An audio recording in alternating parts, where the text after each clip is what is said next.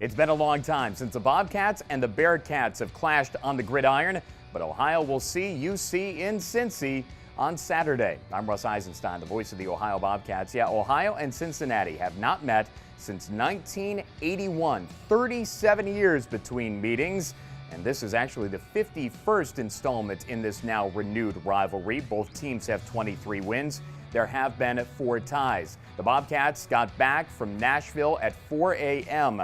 on Sunday morning after their loss to Virginia. Cincy will stay at home. The Bobcats go back on the road. This is a swath of 4 games in 5 weeks away from home for the Cats. The Bearcats, well, they defend their home turf. They're pretty good. Cincinnati has been a bear to play this year. The Bearcats are 3-0 and have allowed just 24 points. They starred in Los Angeles and spoiled Chip Kelly's UCLA debut. After trailing 10-0 at the end of one, UC went on a 26-7 run to beat the Bruins 26-17. They shut out Miami 21-0 in the rain at Paul Brown Stadium to ring the victory bell for the 13th straight time. And last week, the FCS Alabama A&M Bulldogs were no match for the Bearcats. 63-7 was the final. Former Ohio State assistant and interim head coach Luke Fickell is in his second season. UC went 4-8 for the second straight season last year. That ended a string of 5 straight bowl years. Cincy has had 6 9-win or higher seasons in the last 10.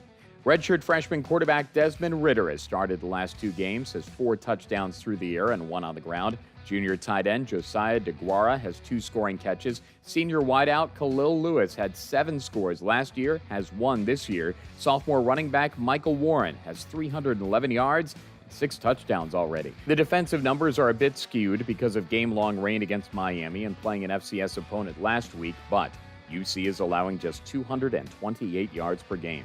They have 7 sacks and 2 interceptions. 6 players have double-digit tackles. Senior nose guard Marquise Copeland and sophomore free safety James Wiggins lead the way with 14. Senior D-tackle Cortez Broughton has 6.5 tackles for loss. He was second-team All-AAC last year.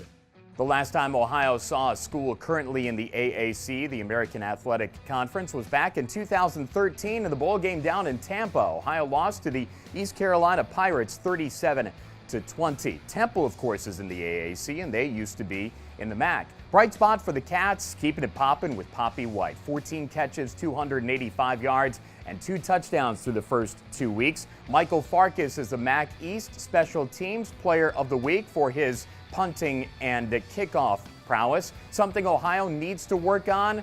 Well, total defense. The Cats have given up right around 1,200 yards in the first 2 weeks. They'll need to work on that on Saturday. The game's on ESPNU. We'd love to see you over there. Not a long trip from Athens and a lot of alums in the Queen City area. There's a Bobcat Bash before the contest, too. If you can't make it, we've got it for you on the Ohio IMG Sports Network. Rob Cornelius, Ryan Boyd, and I have it for you with pregame coverage at 11 before the kick at noon at Nippert. It's Ohio and Cincinnati.